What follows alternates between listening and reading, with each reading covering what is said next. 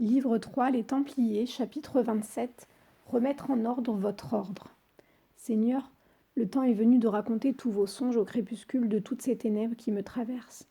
Dans la simple réalité, nous faisons beaucoup de mourons pour les âmes que nous aimons tant.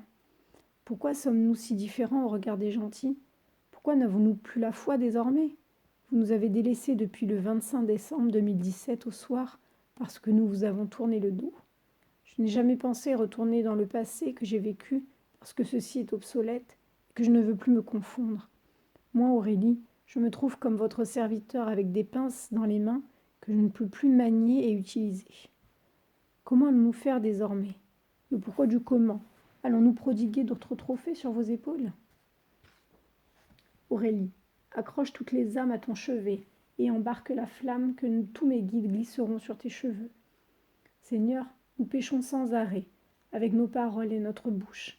Pourquoi n'a-t-on pas à parler simplement et directement en vos retranchements? Toutes ces questions sont confuses en moi, parce que je me trouve désemparée à l'intérieur également.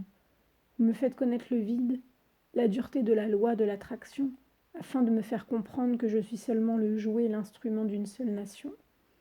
Ne m'abandonnez pas sur cette rive qui est fendue en deux et sur laquelle toutes les promesses ont été oubliées. Un chef-d'œuvre et plusieurs chefs-d'œuvre de simplicité, j'ai envie de goûter et de me nourrir de cette richesse que vous avez partagée avec les vôtres. Je ne peux pas les atteindre parce que vous les faites seulement vivre en moi. L'unique chose dont nous avons tous et toutes besoin, c'est d'une paix sereine et non confuse. Le littoral de ma mémoire s'est nettoyé désormais. Que voulez-vous que je fasse d'autre maintenant? Aguicher les plus curieux, remettre en ordre votre ordre. Vais-je arriver à tous ces actes les plus terribles pour chacun? Vous me demandez de garder mon sang-froid alors qu'il bouillonne à chaque instant.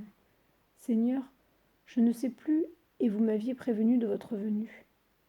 Jugez-moi maintenant parce que je n'ai pas encore accompli toutes vos œuvres et adhéré en moi, en chacun et chaque être vivant.